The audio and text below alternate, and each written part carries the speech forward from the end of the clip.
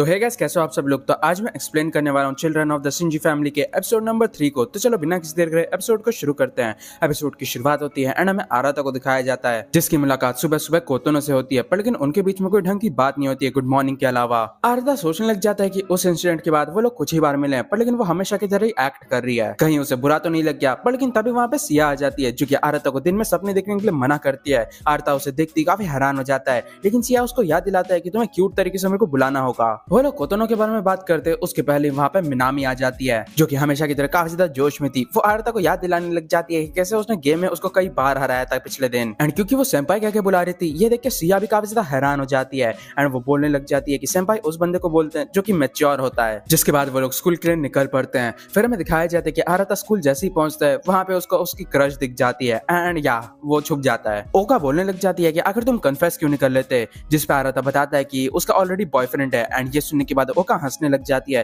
Because वो confess करने के पहले ही रिजेक्ट हो गया। जिसके बाद वो अपनी क्लास की लड़कियों के पास चली जाती है एंड दूसरी तरफ आराता सोचने लग जाता है कि कैसे ये लड़की हर टाइम लोगों से घिरी हुई रहती है एंड लोग उसे काफी पसंद भी करते हैं, पर लेकिन मैं चाहता हूँ कि लोगों को इसके घर की पर्सनालिटी के बारे में भी पता चले। लेकिन दूसरी तरफ ओका के जो क्लासमेट्स है वो आराता के बारे में बात करने लग जाते हैं कि कैसे वो कितना ज्यादा हैंडसम है, साथ ही साथ उनकी फिजिक भी काफी कमाल की है। एंड वो लोग ओका से भी परमिशन मांगने लग जाते हैं उससे कन्फेस करने के लिए। एंड ये सुनने के बाद ओका तो काफी ज्यादा घबरा जाती है एंड वो बोलने लग जाती है कि तुम्हें ऐसा नहीं करना चाहिए बिकॉज वो बंदा एकदम बावली गांड है, ऊपर से वो बस अपनी बॉडी के पीछे ही पड़ा रहता है पूरे दिन, यहाँ तक कि वो अपने नोट्स भी काफी ज्यादा अच्छी तरीके से लिखता है। ऊपर से वो ये बोलता है कि तुम सभी लोग मेरे भाई बहन हो। एंड उसकी बातों को सुन के ऐसा लग रहा था कि वो बेइज्जती कम तारीफ ज्यादा कर रही है। जिसके बाद वो लोग वहां से निकलने लगते हैं। दूसरी तरफ आ रहा था सोच रहा था कि इसके बाद शायद से अब कुछ भी नहीं होगा। उसके बाद हमें अगले दिन का सीन दिखाया जाता है जहाँ पे सभी भाई बहन अम्यूजमेंट पार्क में गए होते हैं एंड वो सभी लोग काफी ज्यादा एक्साइटेड थे एंड वो लोग यहाँ पे स्पेशली कोतोनो का बर्थडे सेलिब्रेट करने के लिए आए हैं। लेकिन क्योंकि मिनामी को भूख लगी थी, ये सुनने के बाद बानरी बोलने लग जाती है कि चलो मैं ही कुछ खाने के लिए लेकर आ जाती हूँ एंड वो आराता को अपने साथ ले जाती है। पर लेकिन खाना लाने के बाद उन्हें पता चलता है कि सभी लोग वहां से ऑलरेडी गायब हो चुके हैं। जिसके बाद आराता उन सभी को बारी बारी कॉल लगाने की ट्राई करता है, पर लेकिन कोई भी फोन पिकअप नहीं कर रहा था। एंड ये देखने के बाद बानरी बोलने लग जाती है तो चलो हम दोनों ही अकेले डेट में चलते हैं, जिसपे वो पूछने लग जाता है कि आखिर खाने का क्या होगा।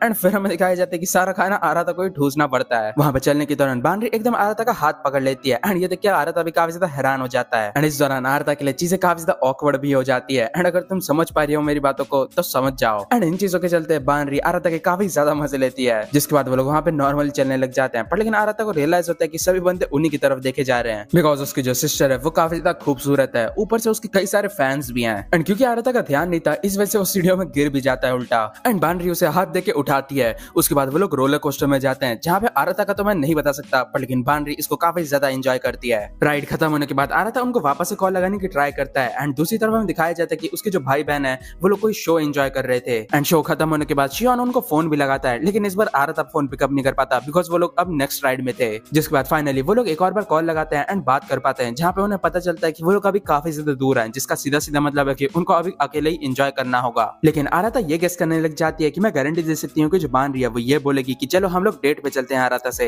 पर लेकिन इन चीजों को इग्नोर करते हुए वो लोग डिसाइड करते हैं कि वो लोग खुद से एंजॉय करेंगे क्योंकि कोतोनो का बर्थडे जो है। फिर हमें शाम का टाइम दिखाया जाता है जहाँ पे आराता एंड बानरी एक साथ फूड कोर्ट में बैठे हुए थे, जहाँ पे वो लोग बात कर रहे थे कि वो लोग अब तक अपने भाई बहनों से नहीं मिल पाए, पर लेकिन उनको कोई चिंता भी नहीं हो रही। एंड क्योंकि बानरी को ऑलरेडी भूख लग चुकी थी इस वजह से वो उनके बचे हुए खाने को खाने का डिसाइड करती है। एंड दूसरी तरफ आराता को एकदम फ्लैशबैक्स याद आ रहे थे। उसके बाद आराता बानरी से उसके ओपिनियन के बारे में पूछता है उनके भाई बहन ना होने के ऊपर, जिसपे बानरी बताने लग जाती है कि कैसे उसके लिए भी ये चीज काफी ज्यादा सरप्राइजिंग थी एंड इसी के चलते उसने फादर से इसके लिए बात भी की थी। एंड वो पूछते हैं कि क्या इसी के चलते तुम अभी के टाइम में काफी ज्यादा डाउन लगते हो, जिस पे आराता सोचने लग जाता है कि मैं उन इंसिडेंट्स के बारे में उसको नहीं बता सकता। एंड वो बताने लग जाता है कि ये मेरे लिए थोड़ा अनईजी तो है, पर मैं होप करता हूँ कि हमारे बीच में कुछ भी चेंज ना हो। एंड ये सुनने के बाद बानरी काफी ज्यादा खुश हो जाती है एंड उसे प्रेज करने लग जाती है। एंड वो उसे याद दिलाती है उन टाइम्स के बारे में जब आराता रोते हुए उसके पास आ जाता था, जब भी ओका उसे बुली करती थी, जो सुन के ऑफ कोर्स आराता इतना खुश नहीं होता बिकॉज करंटली वो हाई स्कूल में है। उसके बाद वो लोग थोड़ी ग्रोन अप्स वाली बातें करने लग जाते हैं जो कि मैं गारंटी दे सकता हूँ तुम लोग नहीं समझ पाओगे। पर लेकिन अचानक से उसमें पानी फेरने के लिए वहाँ पे एक बच्ची आ जाती है। इस दौरान बानरी बताने लग जाती है कि चाहे कुछ भी क्यों ना हो जाए मैं हर टाइम तुम्हारी मदद करना चाहती हूँ। लेकिन ये सुनने के बाद भी आराता कुछ ज्यादा हैरान नहीं होता बिकॉज वो हमेशा से ही ऐसी थी। तभी हमें पास का सीन दिखाया जाता है जहाँ पे बानरी बाकी बहनों को डांट रही थी बिकॉज वो आराता को परेशान कर रहे थे। एंड प्रेजेंट टाइम में आराता बताने लग जाता है कि ये मेरी सबसे ज्यादा इंपॉर्टेंट बिग सिस्टर है। एंड क्योंकि बानरी के ऊपर जूस गिरने वाला था इस वजह से आराता एकदम उसके सामने आ जाता है एंड उसे बचा लेता है। वो लड़की काफी ज्यादा घबराने लग जाती है, पर लेकिन आराता उसे चिंता करने के लिए मना करता है। बानरी भी बोलने लग जाती है कि तुम्हें ये सब करने की कोई जरूरत नहीं थी,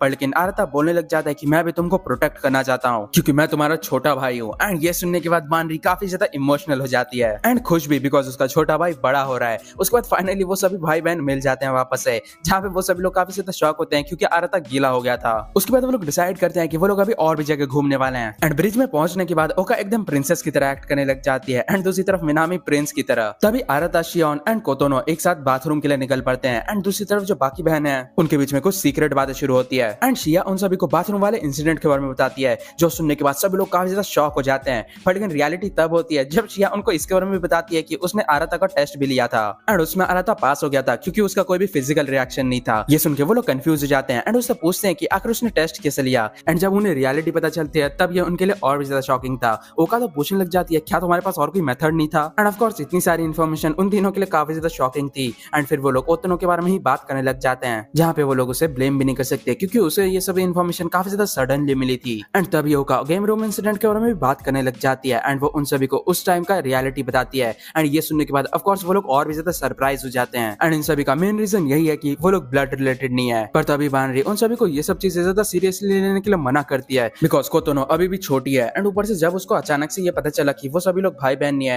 एंड इसी के रिएक्शन में शायद से उसने ये कर दिया, हमें उसे थोड़ा सा टाइम देना चाहिए इन चीजों को एक्सेप्ट करने के लिए। एंड उसके बाद वो बताने लग जाती है कि कैसा उसने डैड से बात किया था अपने बैकग्राउंड के बारे में। एंड सच्चाई ये है कि हम सभी लोग ऑर्फन्स हैं एंड हम में से किसी को भी ये नहीं पता कि हमारे रियल पेरेंट्स कौन है। एंड वो ये सजेस्ट करती है कि उन्हें बस अभी के लिए चीजों को ऑब्जर्व करना चाहिए क्योंकि आराता भी ये नहीं चाहता कि उनके बीच में कोई परेशानी हो। पर तभी वहाँ पे बाकी के बंदे भी वापस आ जाते हैं एंड वो लोग इस टॉपिक पे और बात नहीं करते। एंड वो लोग बोलने लग जाते हैं कि हमें हॉन्टेड हाउस में जाना चाहिए। पर लेकिन दूसरी तरफ हम ओका को भी देख पाते हैं जो कि काफी ज्यादा शांत लग रही थी। सारे मजे कर लेने के बाद वो लोग ये डिसाइड करने लग जाते हैं कि आखिर उन्हें नेक्स्ट क्या करना चाहिए। एंड दूसरी तरफ जो आराता है वो सोचने लग जाता है कि कैसे पहली बार जब उसने इस चीज के बारे में सुना था तब उसे ऐसा लगा था कि उसने कुछ गलत सुन लिया। पर लेकिन मैं श्योर हूँ कि जो डैड है उन्हें भी काफी ज्यादा चिंता हो रही थी इन सब चीजों के बारे में बताने से पहले। ऊपर से इतने टाइम से उन्होंने इस चीज को छुपा के भी रखा था जो कि काफी ज्यादा मुश्किल है। फिर वो बोलता है कि आप चिंता मत करो डैड, कुछ भी चेंज नहीं होगा। एंड फिर वो लोग फायरवर्क्स एंजॉय करने लग जाते हैं। उसके बाद हमें पोस्ट क्रेडिट सीन दिखाया जाता है जहाँ पे सभी भाई बहन शॉपिंग कर रहे थे एंड दूसरी तरफ जो आराता है वो शॉप के बाहर खड़ा था।